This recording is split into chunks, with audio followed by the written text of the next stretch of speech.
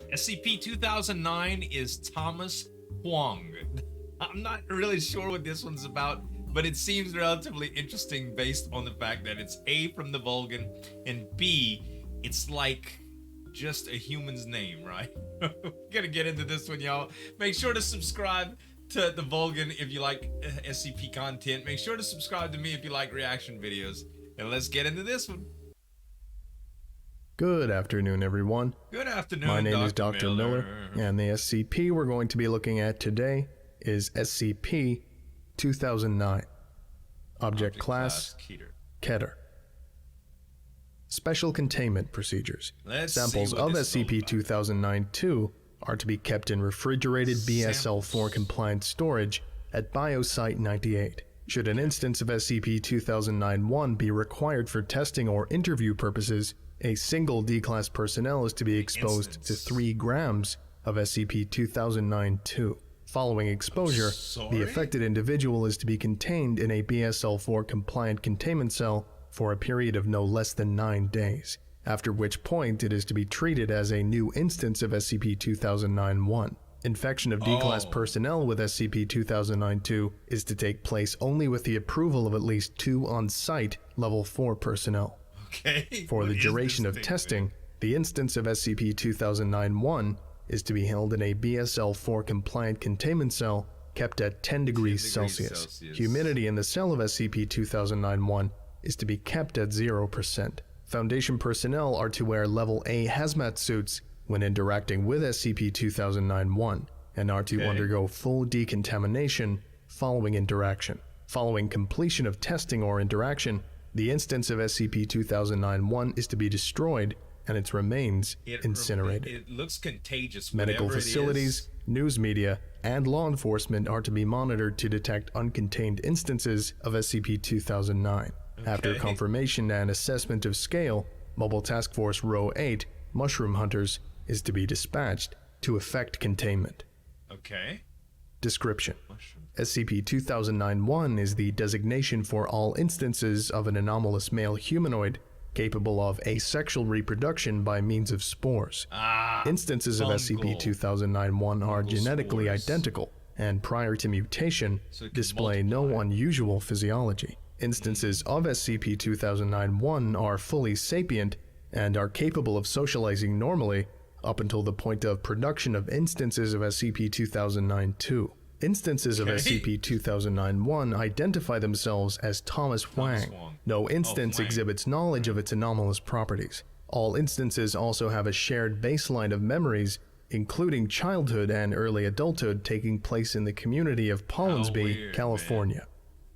If exposed to temperatures of more than 20 degrees Celsius and humidity in excess of 40% for a period in excess of 5 days, SCP-2009-1 will seek out a darkened area with preference given to tall buildings and places adjacent to high foot traffic areas. The body of SCP-2009-1 will begin to distend and split into thin chitin-based hairs. These hairs will be used by SCP-2009-1 to anchor itself to nearby walls, objects, and, if possible, draw limited sustenance from them. SCP-2009-1 will cease sapient activity, converting all of its energy to the production of SCP-2009-2. SCP-2009-1 will continue the production and release of SCP-2009-2 until it eventually dies of exhaustion. SCP-2009-2 is a microscopic spore created by SCP-2009-1, capable of infecting human beings. During a typical period of production, SCP-2009-1 is capable of producing 55 kilograms of SCP-2009-2. Instances of SCP-2009-2 are airborne and infect humans through the respiratory system. With 3 to 4 days of exposure, individuals infected with SCP-2009-2 will begin to experience symptoms of nausea, lethargy, and photosensitivity. Additionally, individuals will shun social contact, isolating themselves from others. Within 5 to 8 days, the physiology of affected individuals will begin to change to match that of SCP-2009-1. The process can cause varying levels of discomfort, proportional to the physiological similarities between the individual and SCP-2009-1. Affected individuals are aware of the changes and frequently exhibit extreme psychological distress during the process. Within 8 to 9 days of exposure, the physiology of the subject will exactly match that of SCP-2009-1, as will its baseline psychological state, DNA, and memories. Newly created instances of SCP-2009-1 exhibit no knowledge of their lives prior to transformation. Wow. SCP-2009 was discovered when reports of a widespread infection by a previously unknown disease in the town of Missouri were made to the Center for Disease Control on 1998. Foundation agents embedded in the initial response team reported extreme psychological changes brought on by exposure to SCP-2009-2 in 46% of the town's residents. The town was immediately quarantined, with infected individuals being taken into Foundation custody. The CDC teams and the remainder of the town's residents were isolated until the nature of SCP-2009 became apparent. The town was destroyed and incinerated under the cover story of Freak Wildfire on 1998. The CDC teams and uninfected residents were dosed with Class E amnestics and released from Foundation custody the next day. All but 3 of the newly created instances of SCP-2009-1 were destroyed and incinerated, with the rest used for purposes of testing and the creation of instances of SCP-2009-2 for purposes of study. Right.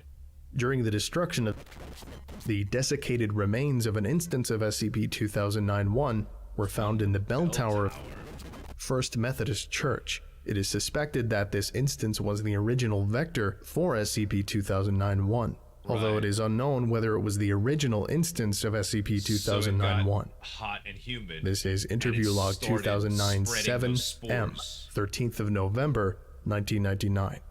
Playing log now. Interviewed.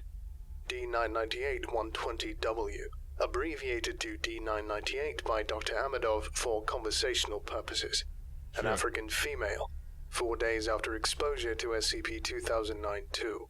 Interview took place in a darkened BSL-4 compliant containment cell. Hello, D998. How are you feeling today? No words. If you do not feel like cooperating, D998, I can turn the lights up. Awful. I feel awful. I feel like vomiting. The light hurts. Everything hurts. What did you give me? I'm sorry to hear that. An African female, remember. Memory, if you would. If I answer, can you go away? Once you answer, this interview will be complete, yes. Okay, I was 5 or 6. My mother had to work late, and when she got in, she just fell into the chair in the living room and fell asleep. I thought she had died. What did your mother look like? What do you mean? She looked the same she normally does. Short, kind of dark, yellow skin, round chin. Wow. Thank you for... Wait, what the... That can't be right. What did you... Thank you. That will be all. Basically... And this is interview log 2009-7N, 15th of November, 1999. Playing log now. Interview notes. D998-120W had been informed that any feelings of bodily dysphoria were a result of vaccination against malign restricula. D998, how are you today? I'm not good, really. Oh, and why is that? There's all of this noise, like I'm not me. I'm people. And who are you? Thomas Wang. I mean, I know I'm Thomas Wang, but I keep remembering this stuff, like my dad dying when I was a kid or getting a C in art class, but it's not me. It's not me. I'm from Pollinsby, not Columbus. My dad is alive. I mean, do you want to hear the weirdest part? Please. Please. I remember stuff. Like girl stuff. Like having... You know what? Never mind. Like having a period, I didn't just say that.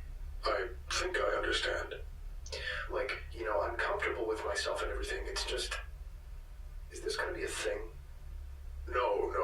Such a reaction to the regimen we put you on is totally within parameters. You should be over it within a day or so.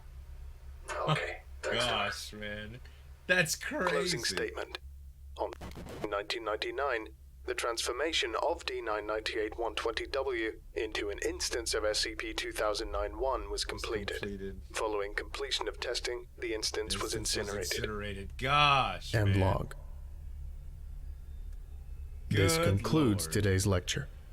Thank you for listening, if indeed you still are, and you are all dismissed. Thank Goodbye. you. Thank you.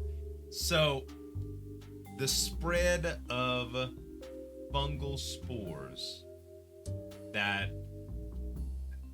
basically just get swept up with the wind.